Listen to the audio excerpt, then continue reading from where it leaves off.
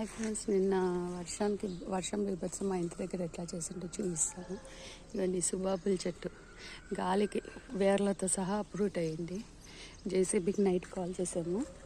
ఇంకా ఇప్పుడు వస్తున్నదో చూడండి, ఇట్లా చెట్టు మీదకి పడిపోయింది. వేప చెట్టు మీదకి పడిపోయింది. అప్రూటెడ్ సుబాబుల్ చెట్టు. ఇవన్నీ వేప చెట్టు మీదకి ఎట్లా పడ్డారో చూసి, మా ఇంటి మీదకి ఎట్లా పడ్డారు చూడండి.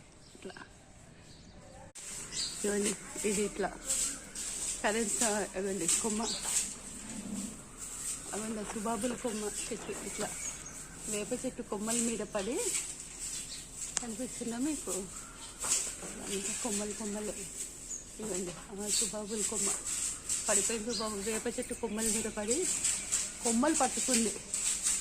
దీంతో మా కరెంట్ స్తంభం మీద పడుకోకుండా చేసింది ఈ సుబాబుల చెట్టుని. అలా ఈ వేప చెట్టు ఈ సందులో అందరినీ కాపాడింది, కరెంట్ స్తంభం కింద పడిపోకుండా.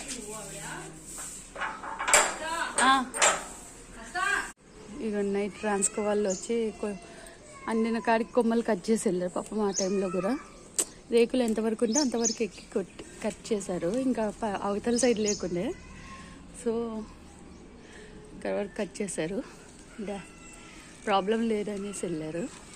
అయితే టెంపరీ సొల్యూషన్ ఇచ్చేసి వెళ్ళారు. ఇప్పుడు మార్నింగ్ ఇంకా జేసీబీకి చెప్పాము, వచ్చి క్లీన్ చేసేస్తుంది, తీయించేస్తుంది. ఇవ్వండి పెద్ద చెట్టు. ఇక్కడ వేప చెట్టు చూడండి, ఇట్లా కొమ్మలతో పట్టుకుండా దాన్ని.